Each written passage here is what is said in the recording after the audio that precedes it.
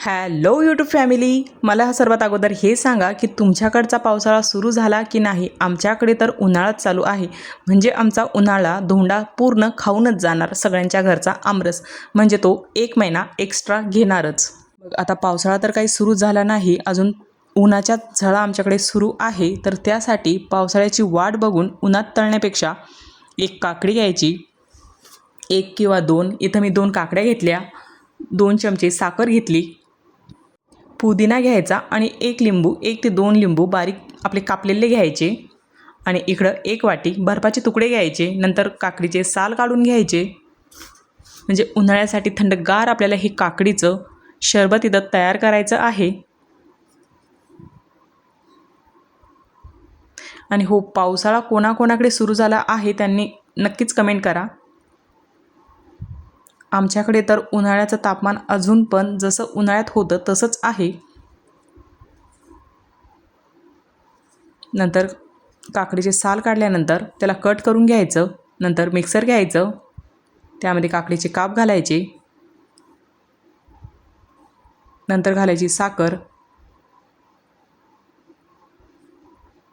1.5 चमचा इथं मी साखर घातली. नंतर पुदिना आणि इथं लिंबूचा रस घालायचा.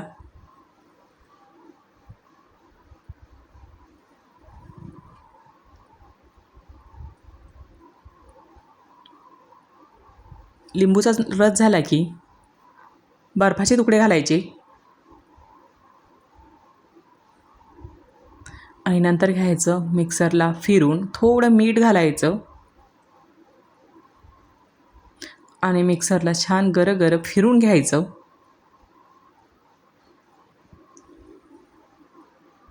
आणि छानपैकी आपलं हे थंडगार काकडीचं शरबत इथं तयार झालं. एक चाळणी घ्यायची, त्याला गाळून घ्यायचं.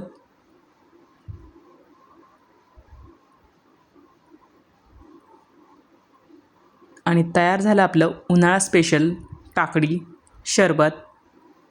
पावसाची वाट बघेपर्यंत इकडं 1-2 काकडी घ्यायची, छान असं शरबत तयार करून प्यायचं.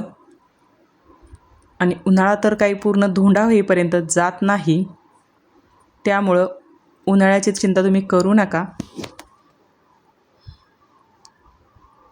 आणि इथं बघा, नॅचरल असं आपलं काकडी शरबत तयार झालं.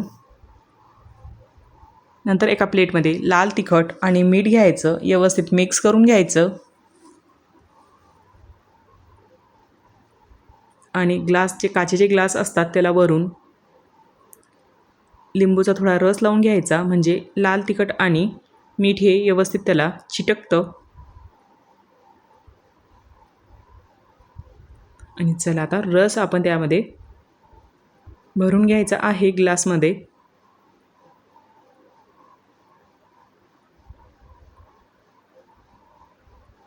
आणि त्यासोबतच मी काकडीचे काप तयार केले होते, मसाला काकडीचा काप.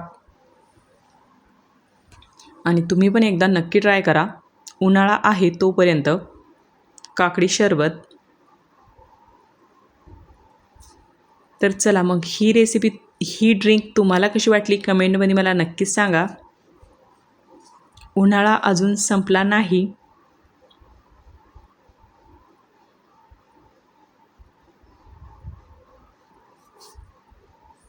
थँक्यू.